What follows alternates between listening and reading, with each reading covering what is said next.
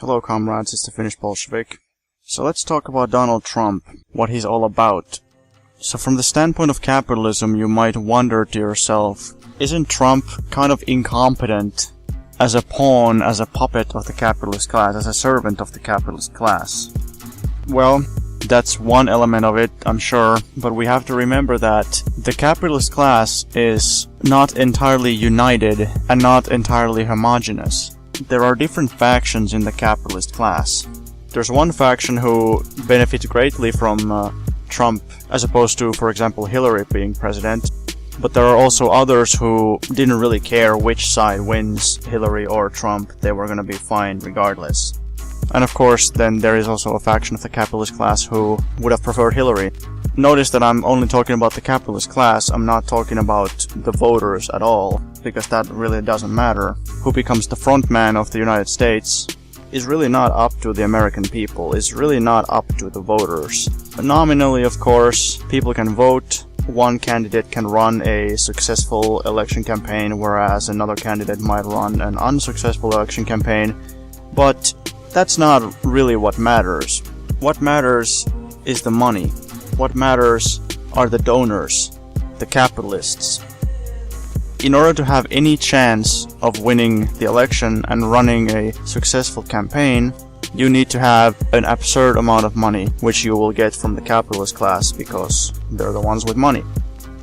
So, who wanted Trump to win? And who helped Trump win? And who benefits from Trump winning? Well, this is the topic that I intend to investigate a little bit in this video. Because, as has been pointed out, Trump's economic policy, while in some ways continuing the traditional way for the American capitalist policy, economic policy and foreign policy, there are also differences, and those differences have caused people to wonder why this is. Let's look at Trump's biggest backers, first of all. So, top 10 donors who helped Trump win. I'll put the link to this in the description. There's Robert Mercer, Renaissance Technologies, gave $13.5 million. They have previously donated to conservative candidates, so seems that they donated to the Trump campaign as basically a continuation. They wanted a Republican, so they gave money to a Republican. Maybe they didn't think Trump was the ideal Republican, but he was the Republican candidate, so had to go with Trump. Trump got $10 million from the Adelsons, who own a bunch of casinos. $6 million from the co-founder of the WWE franchise, so that's entertainment. $7 million from the co-founder of Home Depot. So this is pretty standard stuff. You got $2 million from a real estate magnate, another $2 million from a poultry company. But okay, so the people who helped Trump win, pretty typical capitalists. The noteworthy characteristic of Trump's economic policy is the protectionism, the tariffs, and seemingly being less in favor of global free trade. Now this seems a bit odd, because typically the biggest capitalists want free trade because they want to expand. They want to compete on the global market because their home market is too small for them, so they want expansion, they're in favor of global free trade. And that is the direction that capitalism is naturally moving towards. The right-wing conspiracy people say that there's a globalist conspiracy. They're the globalists, I've seen the documents. Nothing like that. That's the natural tendency of capitalism. But if you look at these companies, there's a bunch of entertainment companies, Home Depot. To these guys, it might actually be of no consequence whether Trump is a protectionist or not. Really, the people who benefit most from global free trade are those in export and import business, and those who want to expand aggressively to other countries. And with many of the backers that Trump has, I don't think that they really fit that profile. So that's one thing to consider. As a point of contrast, in Finland has strongly, let's say, globalist economic policy, as in Finland has been very in favor of opening up to the West, opening up to the global market, opening up to the European market, deregulating everything. And it has primarily been backed by the biggest industries, which are export and import industries. Export of paper, export of technology. So there might be some Trump backers who really didn't want protectionism, but they still got protectionism because there were enough Trump backers who wanted protectionism or were fine with protectionism. And also Trump's protectionism is It's there, but it's not anything like massive. It's not like the US isn't part of the global economy now or something. No, it's nothing like that, but he's talked about some tariffs, he's gotten his almost trade war with China going on. So even though there is a protectionist element, we shouldn't exaggerate it. It's still very much the same old type of capitalism that the US has always had. It's still very much global free trade capitalism with just small changes. There is actually one key sector that has really benefited from Trump's policies. But before I get into that, let's first talk about how the US used to be protectionist before the Second World War, and how that worked, and why the same thing wouldn't really work now. So the US had a protectionist policy in the 30s. The Trump government wants to implement some ideas similar to that now. Why doesn't it work? Why has the whole trade war with China been such a disaster, and why hasn't it worked? The answer seems to be that when the US was protectionist against Europe, Russia, and Japan, the Japanese economy was minuscule. Russia was developing really fast, but this is still the 30s, so it's still before they really had developed. Not only did the Great Depression eventually hit, but the European economies were also pretty small compared to the US. Eastern Europe, Central Europe were totally underdeveloped. Scandinavia, Baltics, Finland were totally underdeveloped compared to the US. The US was a gigantic economy. None of the Asian countries were powers at this point. Russia wasn't really a power at this point. India wasn't a power at this point. So you could do protectionism.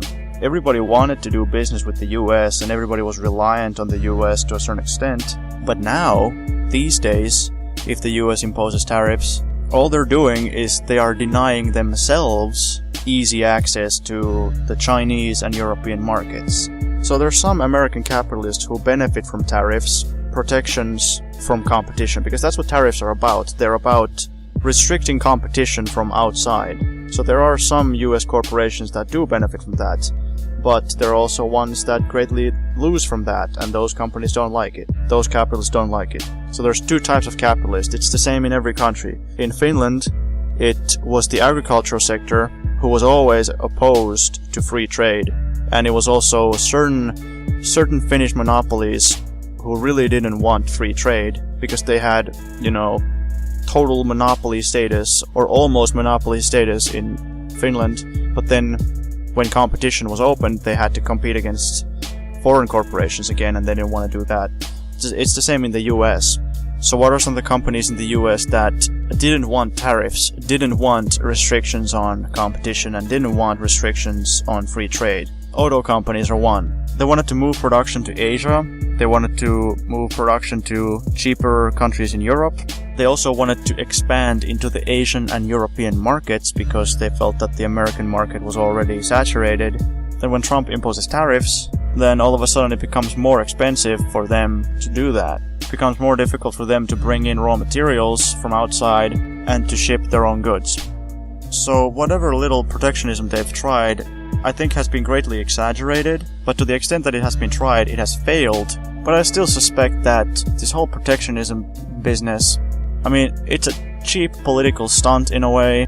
Totally baseless promises. Oh, we're gonna go back to the good old days. We're gonna bring jobs back from other countries. And of course none of that happened. It was all just cheap populism, empty promises. Perhaps aiding some American monopolies who benefited from this, but it was mostly just empty talk. But who has really benefited from Trump and Trump's economic policy? Fossil fuel companies. That's one of the more significant things that Trump has done.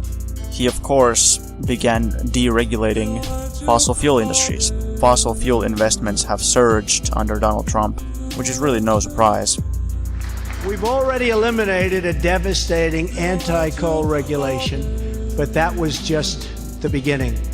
Today, I'm taking bold action to follow through on that promise. My administration is putting an end to the war on coal. We're going to have clean coal, really clean coal. Lastly, let's talk foreign policy. So, we've had quite a lot of time now to look at Trump's foreign policy, and ironically enough, it actually seems that Trump's presidency has been one of the less bloodthirsty and one of the less warlike in comparison to some other American presidents. Trump actually hasn't started a new massive war. Why is that? Well, Trump does have some people in his government who are clear representatives and spokespersons of the military-industrial complex. They definitely do want war with Iran, or at least they don't ever want to have better terms with Iran. Even if they don't want to necessarily invade right now, they always want to keep the situation with Iran tense. So they never want to have any kind of improvement in that sense. They don't ever want to have any serious moves towards peace. And that actually did materialize in the sense that Trump torpedoed the Iran deal. Obama made a deal with Iran that they would begin to lessen the hostilities, and Trump torpedoed that because his backers thought that no, we need to keep this potential war on the table. Of course, the United States has had Venezuela in its sights for quite a long time, and especially recently they have really started to escalate the tensions there. Trump even threatened to invade Venezuela, and at the time people thought that, oh yeah, Trump is just being crazy, but now with the more recent developments, people are starting to take that threat a bit more seriously, so we'll see what happens with that. Now, if we look at US major wars, there have always been these time periods when you have a major war and then after that a bit of a recovery period until you get the next big one. So, Korea, after that you have quite a lot of time until Vietnam. After Vietnam, you once again have quite a lot of time until you have Afghanistan and both Iraq wars. And just like the Vietnam War was very dramatic for Americans, the Iraq War has also been very traumatic. So Americans are not very easily going to embark on something on the same scale as the Second Iraq War, for instance. The capitalists, the imperialists, they need more time, they need to find a suitable target, then they need to have propaganda going on for enough time. They need to wait for people to forget the previous war to an extent. Because after Iraq, Americans were understandably war-weary. To an extent, that explains why they haven't had a similar war in a little while. Interventions all over the place, smaller incidents, but no massive war with loads of American troops on the ground. Of course, they wanted to do that in Syria as well, but it was blocked by Russia and China. But even if that had happened, it still wouldn't have been on the same scale as Iraq. They bombed Libya, intervened in Syria, have some stuff going on in Ukraine, they're backing Saudi Arabia and Yemen, they have some troops in Somalia. But I think the US is still sort of waiting for people to get over Iraq and then to find the next suitable target. So we shouldn't think that Trump is some good advocate of peace. He certainly isn't. He's not necessarily as bloodthirsty as Hillary Clinton is, but it's pretty much the same. I think the most clear-cut foreign policy thing that Trump did was torpedo the peaceful developments with Iran and make sure that the Iran situation still stays very aggressive and the war potential is always there. Thank you very much for watching.